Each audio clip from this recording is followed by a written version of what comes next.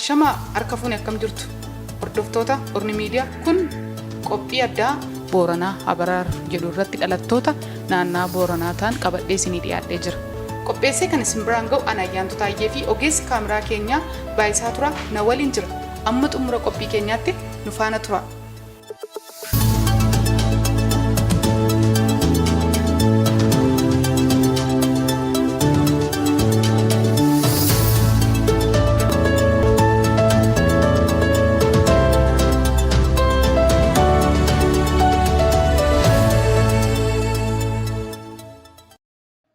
Ayyee gamanumaan keessumoota keenya wajjiniin wal simbarsiisa. Keessumoonni koo eenyu akka ta'an isaanirraa kan nageenyu ta'a. Ayyee baga nagaan dhufte. Baga nagaan dhufte. Maqaan kiyyaa Jaatanii Bonayyaa jedhama.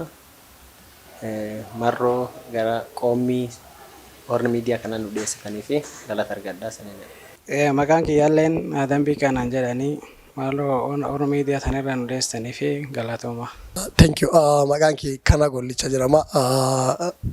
I want to thank Orni Miidiyaa kan galateeffadhaa qophiin nu dhiyeessu keessaniif galatooma.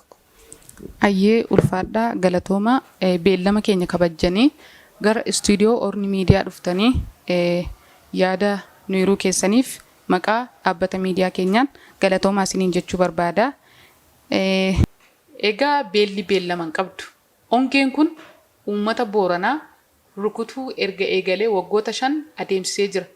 Waggaa 5 keessatti bulchaan mootummaa naannoo Oromiyaas ta'u kan godina Booranaas ta'u uummata kana balaa kanarraa oolchuudhaaf mootummaan maal godhee ammas maal gochuutti jira kanarratti ibsa bal'aa akka ta'e laattu barbaada. Tarkaanfii warri biyyi bulchanii maanii jetti gaafin teessanii guddatansaa. Ongee agas geettu yookaan marroo roobishan hafe walgula ganni lamaa fi ageetti sadi cuftiin iyyuu oolu. Diqum tokko akkan coccobxee aadaa coccobuu malee akkasumatti haftee tarkaanfii warri game biyyi bulchuu fudhate akka malee diqqoo. Maan jennaani nami dargaggeessaa nami haima takkan cacallimne roobishan sun cufa yookaan ammoo akka malee siin sadarkaa hamar geette 2021-2023 kan keessa nami diqqaan yookaan kaayimii dargaggeessi biyyi suni hin callimne guyyaa cufanum dubbata. Haa ta'uuti malee warri biyyi bulchu tarkaanfii akkam fudhatees jedhu tarkaanfiin isaan fudhatanii kan jedhanii himuu waan ulfaate jechuun ooman fudhannee jechuu dandeenya jechuudha. Akkas jechuun gaaf lubbuun nam suni baasu sooshaal miidiyaa irratti nami achi jiru sadarkaa sun jiru gandi sun jiru ollaa sun jiru dheed sun jiru reer sun jiru fakkeenyaaf dheeda mataa maana waacillee yeroo miidiyaa hedduun gabaafame ture mormaa turanii achi keessa dabartee aanaa reeroo seente hin gabaasanii mormanii dabartee deebitee aanaa taltallee keessatti akka ilmeen namaa garaachantoota miidiyaa BBC'tti himame hubadhu wanni kunini ganna 2021 keessa jechuudha. Hin mormanii eegi kan mormanii dudduubatti karaa biyyi bulchuu kaatetam warri sila biyyi fiduu haa uummata kan dur yaa'u wanni uummata kan irraa himan yookaan gabaasii himanii haalumatti heejjiruuni faalla.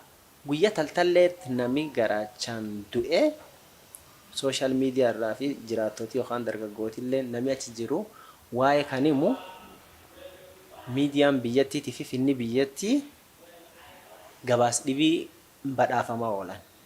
Gabaasa akka roobni jirutti jechuudha. Fakkeenyaaf waan koompaawundi tante keessa mooraa kan kee keessatti atiin bishaan ganamfa fuuli jala dhiqattee ambooga wayii raafuu wayii lachiifattu isattu gabaafama.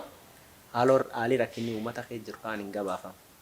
Kanaafuu waggatan sadeen keessatti horiin loonii keessumatti iyyuu loon marmaroo bidiruu dheedu booran dirree keessa jalqaba bobba'uu jalqabanii achumaan dheedu galboo gabbu'anii achumaan gubba dirree tula sallanii gabbu'anii dirree tula sallanii sun cufa keessa horiin hin dhabame horii sun seef godhuuf horii sun lubbuu isa bararuuf uumati wanni xiqqoo boon itti fata gaalaree horii sun akka looniin lubbuu bulfatuuf yookaan looniin turfatuuf jecha gurgurata.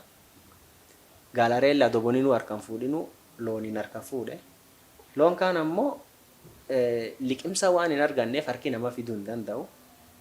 cuftin iyyuu irraa obba'anii bif kanaani uummati rakkinni guddaa sun keessa yoo hufu warri sirkaala yookaan warri biyyi bulchuu tarkaaffii waan suni seef godhuu fudhachuu dhiisiti dhugaa uummata sun kee jiru baasuu hin dandeenye. Dhugaa uummati sun kee jiru akka waan yoo waan sun dubbatanii cubbut taatutti hin beeknu waa'ee rakkinni suni hin dubbatanii sila rakkinni namni tolchelleeniti yoo jeneraal ilaalan jechuudha. Maalinnaani jijjiiram qilleensaa addunyaatiin wal qabata. Haa ta'uuti ammoo gabaasuu dhabuutti rakkinni namni tolchee jechuudha. Maan jennaan hojjaa sila namni giseen dhaqqabe hin dandamata. Biyyoolaa keenna naannoo qabumollaa keenna fakkeenyaaf ta'a Oromiyaa waldaan geessanii Soomalii keessallee bifum kanaan haalli jireenya uummataa horsiise bulaallee wal qabata ka'ee ture. Ammoo sunini labsii yeroo muddamaa labsate uummati sun akka qarqaaramu tolchi finni sun. Kun silatti gaafatamummaa finna Oromiyaatii fi ka godinichaa ture. Haal tokko ammoo yoom godini kunini hagi danda'u. Achi iyyuullee Oromiyaan jalaan fuudhu mootummaan naannoo Oromiyaa akkan odeeffannoo qabu marroo 10 ol. Marroo 10 oli gabaasa xiqqoo tokko sababii uummatillee ni achi dhiyaateef iyyuu osoo fuudhee hojiitti ni kennu ture jechuudha. Haal kanaanii tarkaanfiin gamsuniin fudhatame ka uummata kan seef tolchuuf fudhatan wanti ga'aan hin turre jechuudha. Ga'aa odoontan iyyuu parsantii tokkollee deemuu hin dandeenye jechuudha. Jaatan galatoomii ibsa bal'aan ulaattee jirta. Guddaa galatoomii abbaa mootii gama keessaniin akka dargaggoo Oromoo fi dhalataa naannaa Booranaa tokkotti gama keessaniin maal gochaa jirtu? Uummata Booranaa beelaan dararamaa jiruuf isin maal gochaa jirtu? Gama keessaniin akka dargaggoo fi dhalataa Booranaa tokkotti maal yaadaa jirtu? Akkasii galatoomii arminana dhiyeessuu keetii fi duuba akkasuma namu waan dandeenyuun birmachuu yaalaa turre ammallee harkumaa qabna. Duuba wanni harka qabnullee harki namaa danda'ee nama waliin qixeessu. Akka dhalattoota Booranaatti waan harka qabnu qarqaaraanii tullee ammallee itti kadhachuu jirra. Duuba sunum keessa karaa mootummaatiin akkasiin dubbiin tullee dhibnuutti hin ta'an duraan akkaawuntii dhuunfaa nam sadiin banaa gareen bannee akka namitti qarqaaramu tochaa turre. Amma sun lakkisnee karaa NGO dhaabbata alchiisoo paastoraalist jedhuuni qarqaaruu jirra. Achirratti dhiyeen kan namni sooshaal miidiyaa gubbaa jiru karaa tiktokiitii fi karaa kaanillee cufaanuu arguu dandeettanii. Duuba harkaa qabna. Gargaarsi kunini gargaarsa bal'aa fedhani. Maannaan namni uummatii godin Boorana kee jiru namni beela cufti walubaan beel qaba. Rakkoon jirtu kara namkum 600 olitti maatiin haalli jajjabaa kee jirti jedhee dhiyoollee bulchiinsi godina dubbate ture. Tanaafuu waan harka qabnu qarqaaruu jirra. Ammoo qarqaarsi keessuun gahaa miti. Gahuutti hin jiru. Wanni nu dhaqqabnu akkam wariinu ganti tokko lama kan yookaan aana 2-3 keessa waa fudhannee qarqaaraa turre. Karaa alchiisootiin armaan dura waan Oromoo uummata Oromootii fi dhalattooti godina waltu guurte marsa tokkoof qarqaarree turre. Suniin waan aga birrii 100 fi birrii miliyoon tokkoof 1,600 birrii suni aana lamaana xaasiitii fi aana kaalleen dilloo ganda aana dilloo 2 ganda aana xaasii 3 qarqaarreeni turre. Akkasii wanni sun wanni siin geete abbaa warraa 200,000 callaa. Duuba mallee qarqaarsa bal'aa feena. Qarqaarsi kuniin waan barbaachisaati waan ammallee atattamaan uummata sun dhaqqabu mallee beeltillee bal'aa hin qabdu. Akkasii wanni nu harka qabnu agasitti deemnee turre nu argaa turtan si'a akkasii galatooma. Hayyee galatoomii abbaa mootii ibsa bal'aan ulaattee jirta. Kaanaan gara keetti dhufaan jira. Egaa akkuma beekamu uummatni Booranaa beela keessa darbee bishaan dheebuu keessa darbee akka information isaa qabnutti lubbuu isaa tursiifachuuf fincaan gaalaa dhugaa jira. Mootummaan gama isaatiin rakkoo kana furuu irra qamadii ekspoortii gochuudhaaf qophii xumureen jira jedhee sooshaal miidiyaa irratti dhagaa jirra. Ati akka dhalataa Booranaa fi akka dargaggeessa Oromoo tokkotti sabni tokko utuu beela'u bulchaan biyya takkaa gaafa akkana jedhu jecha kan akkamitti ilaaltaa ibsa bal'aatti nuuf kenna. Okay, galatoom gaafii kee na gaafachuudhaaf gaafiin kun gaafii waa'ee mootummaan qamadii ekspoort gochuu fi agarsiisa hawaasa sooshaal miidiyaa irratti deemaa jira. Akkamitti ilaalta hoggaanaan jettu kan argu politiksii mootummaan jecha kanaa yeroo mootummaan Itoophiyaa yeroo hedduu akka mootummaa pan africanism kan jedhamsu akka warraa dhibii afrikaan furama jedhu sun africa problem as got africa solution kan warra jedhu sunitti amma waa'ee geemsu kan eegumsa nyaataa food security afaan faranjii kan jedhamu suni agarsiisuudhaaf yeroo hedduu tattaaffata. So gaafii warri qamadii yookaan biyya ollaa geessisan kun far from reality dhugaan fakkaatu.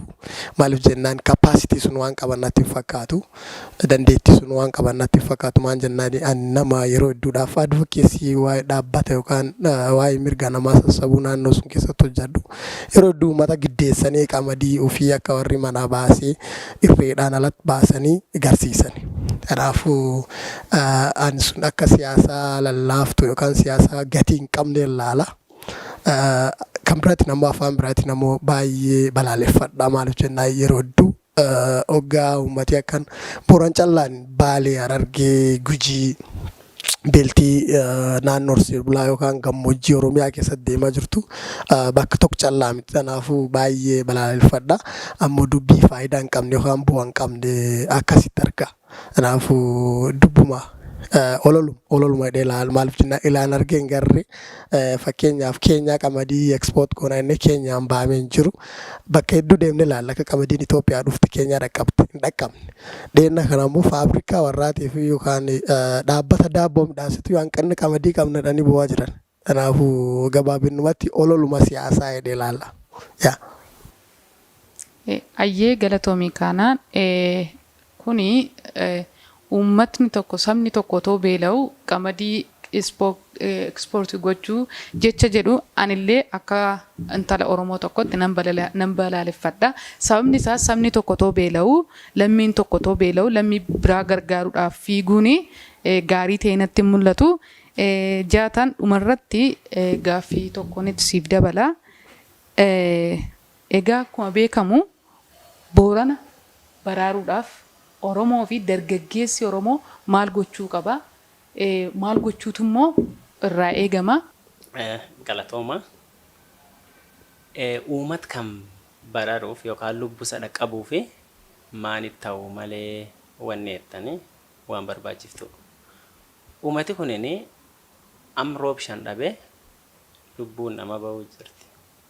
Kan keessatti ammoo harki nam tokko yookaan harki xiqqaan tokko qarqaaruu uummata kana malka dabarsuu hin danda'u.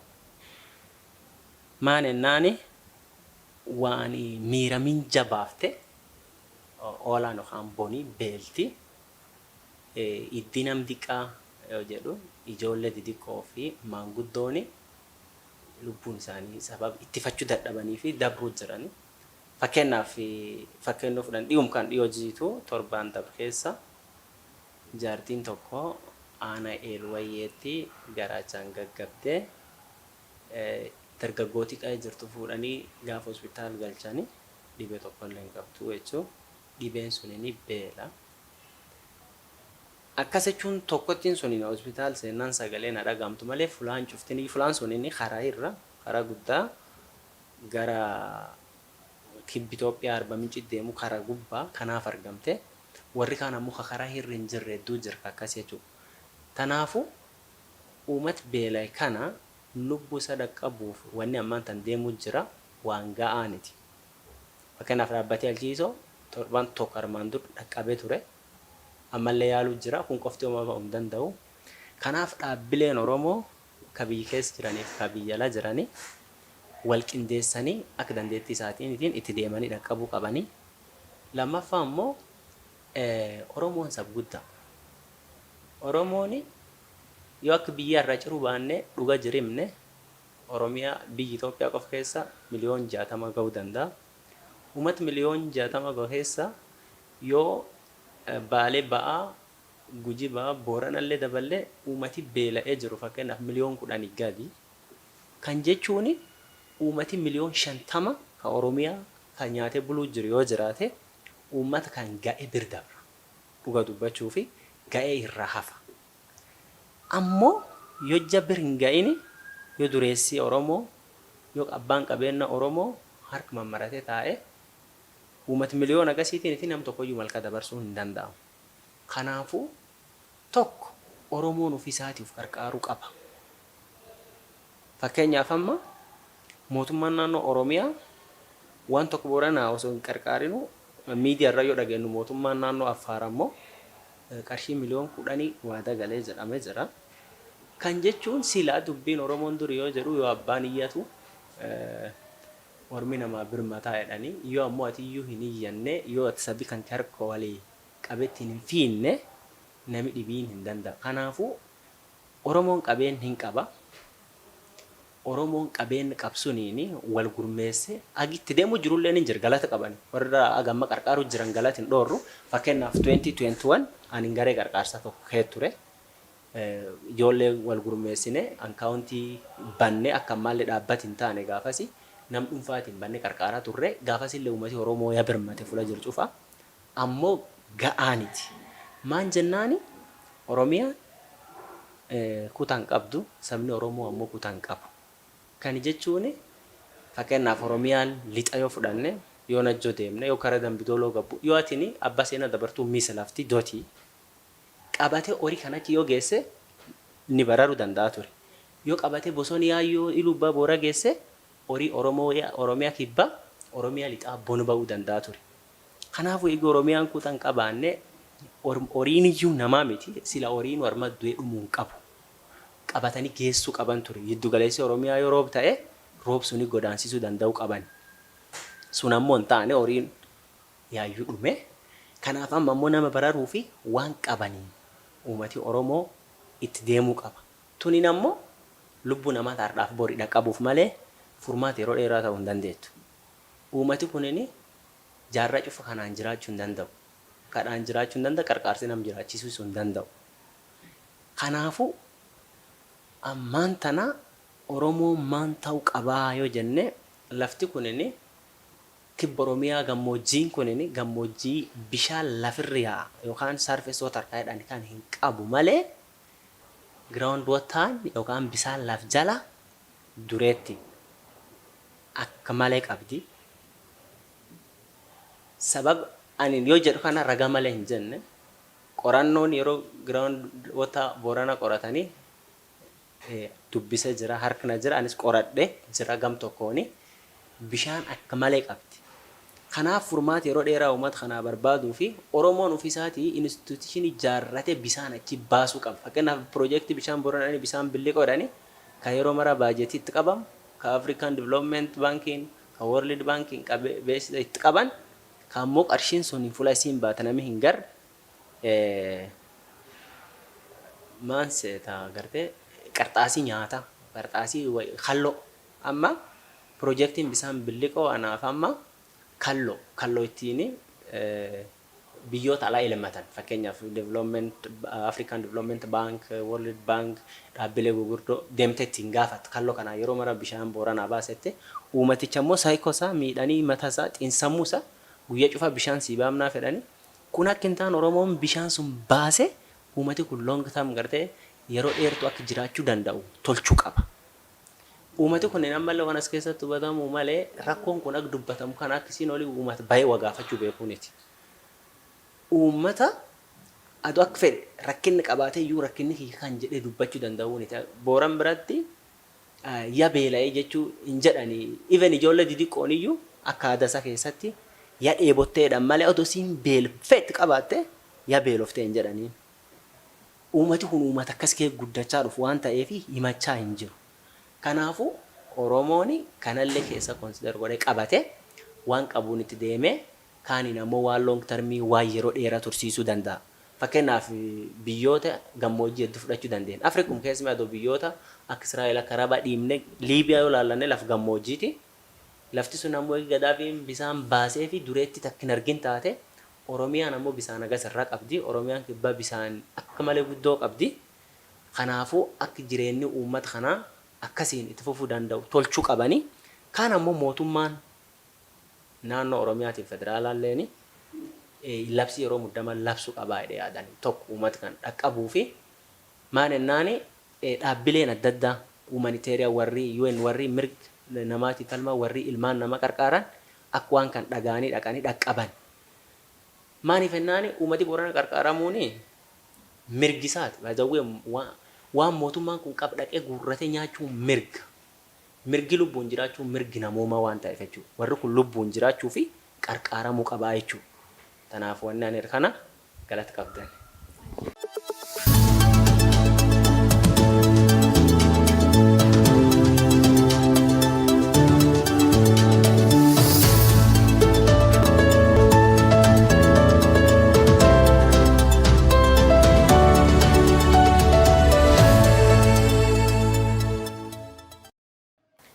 Ayyee jaataan ibsa bal'aa nu kennitee jirtaa hedduu ulfaadhu galatoomii. Akkuma ati jettee mootummaan uummatni kun har'a gargaaramu yeroo hundumaa gargaarsa namaan jiraachuu hin danda'u. Booranni hangafa Oromoodha. Yeroo darbe sooshaal miidiyaa irratti kanan arge akkanatu beelee jiru akkanatu dheebotee jiru gaafa yooyyaa nagaa jedhan nagayya jedha uummatni Boorana. Kanaafiyyuu beelli beellaman qabdu. Uummatni Oromoo hundumti keessan uummata Booranaaf abirmannu jecha dhumarratti abbaa mooti kanaan wal harkaa fuudhuudhaan jechoota yookiin dhaamsa dabarfachuu barbaaddan Oromoodhaafis ta'u dargaggoo Oromoodhaaf dhalataa Booranaadhaaf ergaa dabarfachuu barbaaddan yoo jiraate carraa isiniif laadhee jira. Galatoomiyaayyuu asitti nu deessitee gaafitaan nu gaafachuu keetii fi akkasii duuba wanni harkaan nu qaba dubbiin boona jajjabdu boonii horii fudhatee horii tokko booranii hin qabu nama eegee sadarkaa namaa tasolchee ganna karibu amma ji'a 3-4 kadabre nami guyyaa guyyaan duu jira guyyaatti nama 3-4-5 akana lubbuu himan ka sabab qoonqoo sagal nyaata dhabu qofaan beelaan dhumachuu jirnami.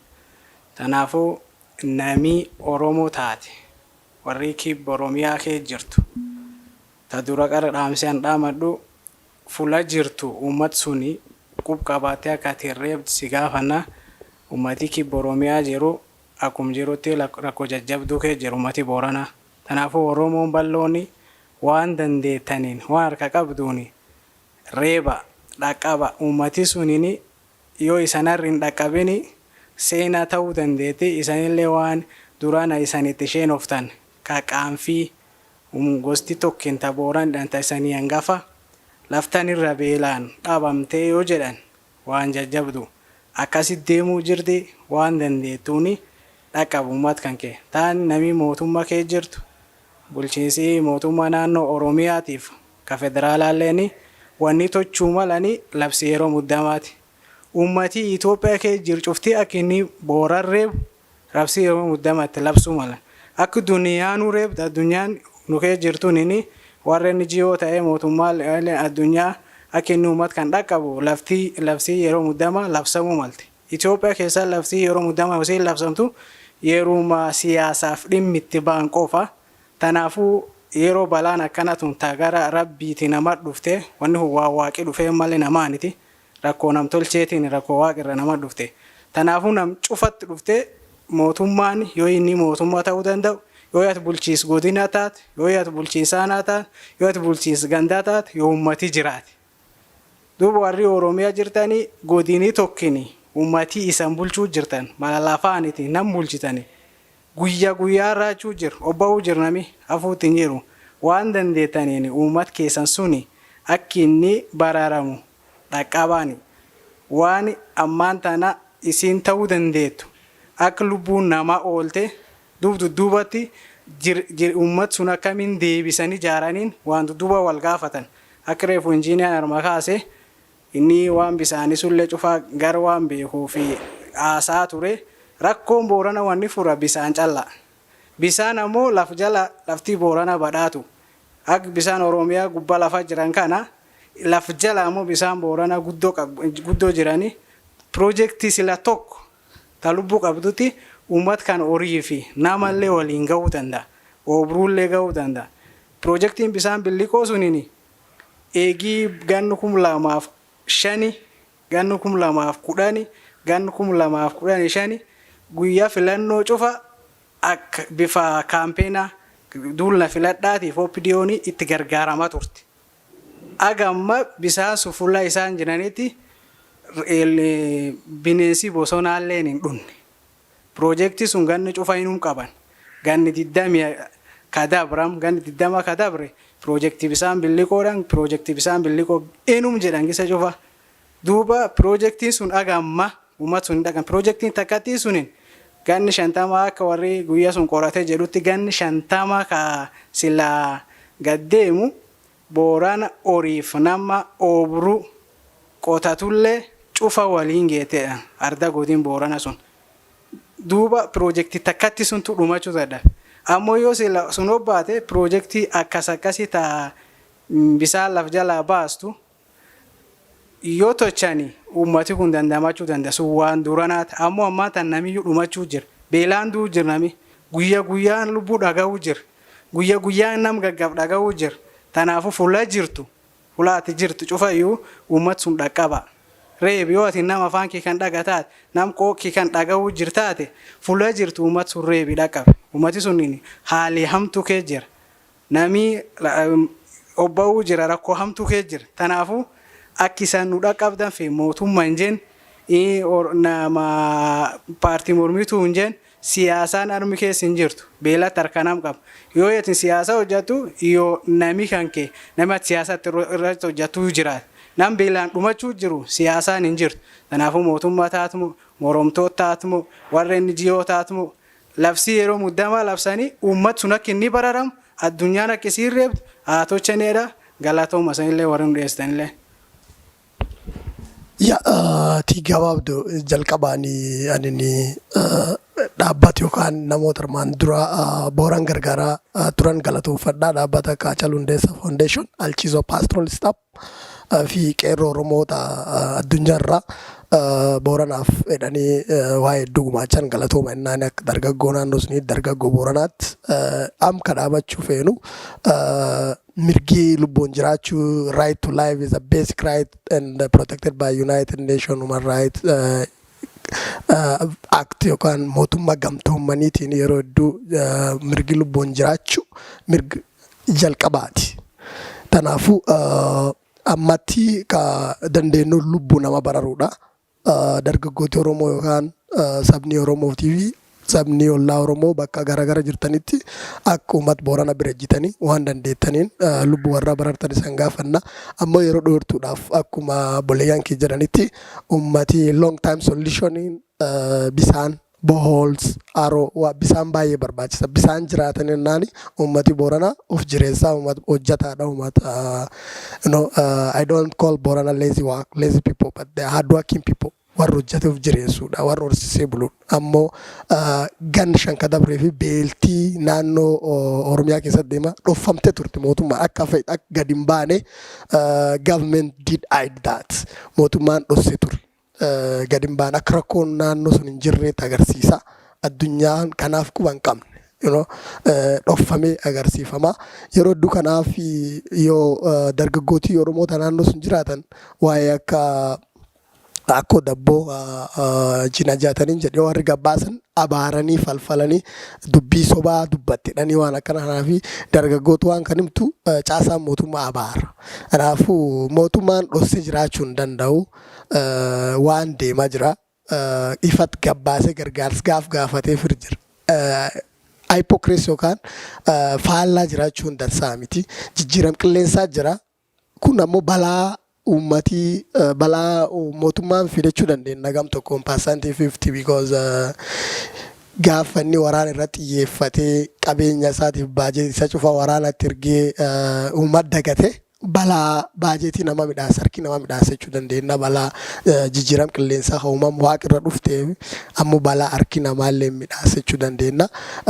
Kanaafuu garee Oromoo gargaraatiin akka Booranaa qoonqoo taanee sagalee taanee beel dhofamuu jirtu ifatti baamne addunyaatti san gaafadhaa galatooma.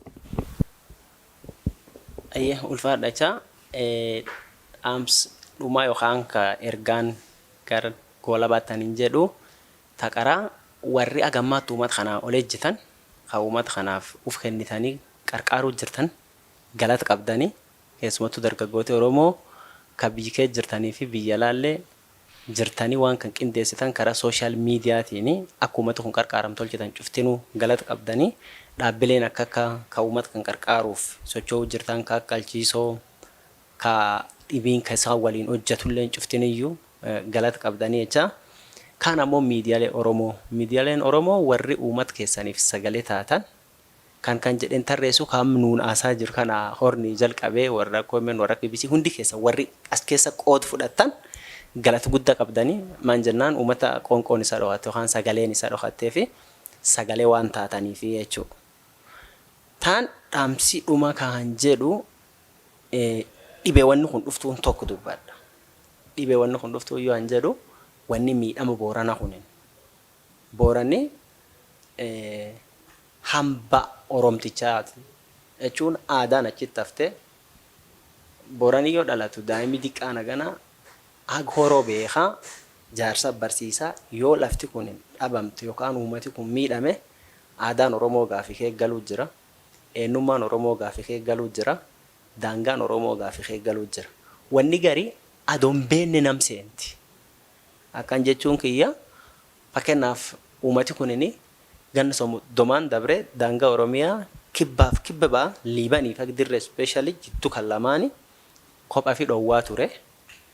Amma ammoo inni horii qaba. Horii kanaan achi dhoowwata. Horii sun yaayyuu dhabe. Namni cuftinuu fuula qarqaarsii dhaqqabuuf daandii godaanuu jira jam baqatee jechuudha. Kaan magaala gala kaan daandiirra ba'a lafti isaa hin hafti. So Oromoon yookaan Oromiyaan nam qofa odoo hin ta'in lafa dhabuuf deemti jecha. Oromoon ilmi Oromoo kana fuula ijju qaabachuu qaba. Fakkeenyaaf Nageelle Booranaa irra durii kiiloomeetira 300 deemta har'a 15 deemta. Sababa horiif bonaa waan lola daddaalle wanni kun cuftii xiqqaachaa dhuftee fi har'a ammoo asfaaltii irra ilboruu yoo ol deemte durii kiiloomeetira 405 olla dheetkee deemta. Har'a ammoo karaa irra gad baqatee horiin qabu baqattooti buqqaatoti karaa irra tokkoon ciifti. Kana jechuun Oromiyoon hodoon beekin balbalti isaa tabbii dhibii wal qunnamsiif fakkeenya keenya wal qunnamsiif cufamuuf deemti jechuudha. Maalinnaan nami yoo isa dhabe horii dhabe eenyummaa ofii dhabuuf deema jechuudha. Wanni ilma nama garboomsa keessa tokko beela. Nami yoo beela'ee uf dhabe gargar bubbaa seenaa jechuudha. Wanni sunini wanni isa mo'ate ilmeen nama garbichi waan isa mo'ateeti taanami. Eegi beelti si mo'attee sirri turte waan sunis garboomfata qarqaarsa argachuu fi biyyi dhibii baqachuu danda'a. Uummata kun cuftinuu bor Keeniyaa seenuu danda'a. Gaaf sun ammoo daangaan Oromiyaa sun duwwaa faachuu kanaafuu ilmi Oromoo kan jiddu galeessu godhate aadaa isaa, eenyummaa isaa, lubbuu hangaftichi isaa akka dhaqqabee eegati saniin jedha. Kaan ammoo akkuma jaallan kiyya si kaasanii siyaasaan beelti siyaasaa dhibii arma keessa namni Oromoo kan uummata kanaa dubbachuu jiru tokkolleen siyaasaaf hin dubbatu. Akka akkasitti hiikanillee hin fedhu. Maan jennaan lubbuun nama addunyaa kan keessaa waan qaali waan akka malee waan gatiin isii argamuu hin dandeenye kan waaqni midhaasa jechuudha. Sun wanni irra bahuu jira jechuudha. Namni tokkolleen kan waliin fakkaan kan waaqni uuma waan taateef akka malee qaali lubbuu qaali sun ammoo yoo karaa beelaatiin dhabde saba kanaaf qaanfi saba kanaaf waan ceera gugurdoo sabi Oromoo kan lubbuu xuxii Oromoo mukdame tokko hin kutu. Lubbu qabaa'edha. Arrammoo lubbuun ilmi nama beelaa yoo dootu waan sab kanaaf seenaaf illee akka malee qaanfii waan ta'eef uummati Oromoo kan beekettiin akka dhaqqabedha. Kaan kadhuma warri Oromoo hin ta'in kan uummata Oromoo kanaa iyyaa jirtan, kan uummata Boorana kanaa iyyaa jirtan afaan kan dhageettaniin galata qabdanii saniin jedha. Maalinnaan dhiyeen kan nama hedduu akka saba kan hin ta'in illee qoonqoo saba kanaa ta'aa jiru waan ta'eefidha. Ulfaadhaa oraa bulaa deebana. Abbo Waaqii barnu baasinna. Egaa Booranni beelee baareentuu nyaachuun fafa. Oromoo ko waanuma qabdaniin Boorana qaqqabaa dafaati. Akkuma beekamu Booranni beela hamtuu keessa jira. Beelli beellaman qabdu horiin harkatti dhumatee bishaan dhabee nyaata dhabee dhumataa jira. Kanaafiyyuu adiraa keessan uummatni Oromoo kutaan utuu waliin qoodiin, amantiin utuu waliin qoodiin, siyaasaan utuu waliin qoodiin uummata Booranaaf sagalee hataan abirmannuuf akkaawuntii nambariin banamee jiru akkasumallee goofandiin walitti qabamaa jiru uummata kanaaf dafee akka qabu lakkoobsa herregaa uummanni Booranaa ittiin gargaaramaa jiru fuula feesbuuka keenya irratti isiniif maxxansina. Isinis ammoomni keessan dandee uummata Booranaa bira akka dhaabbattan asumaan ergaa keenya isiniif dabarsina. Egaan daawwattoota keenya qophii addaa har'a isiniif qopheessine kana fakkaata. Qophicha qopheessuun kan isiniif waliin ture ana Ayyaantu Taayee fi ogeessa kaameraa keenya Baayisaa Tura ana waliin ture. Qophii biraan amma walitti deebinutti turtii gaarii.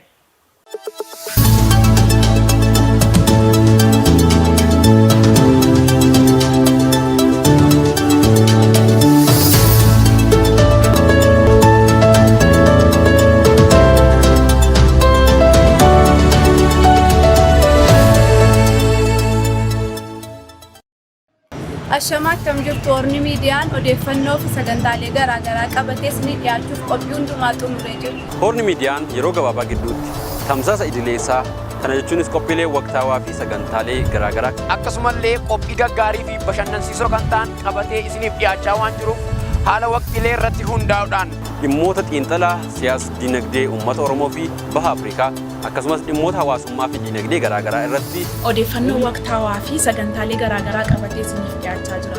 Kanaafuu fuula feesbuuka keenya like, follow, share gochuudhaan YouTube chaanaalii keenya subscribe gochuun odeeffannoowwan garaagaraa yeroo yerootti nu isin biraan geenyu akka hordoftan gamanumaan kabajaan isin affeerra.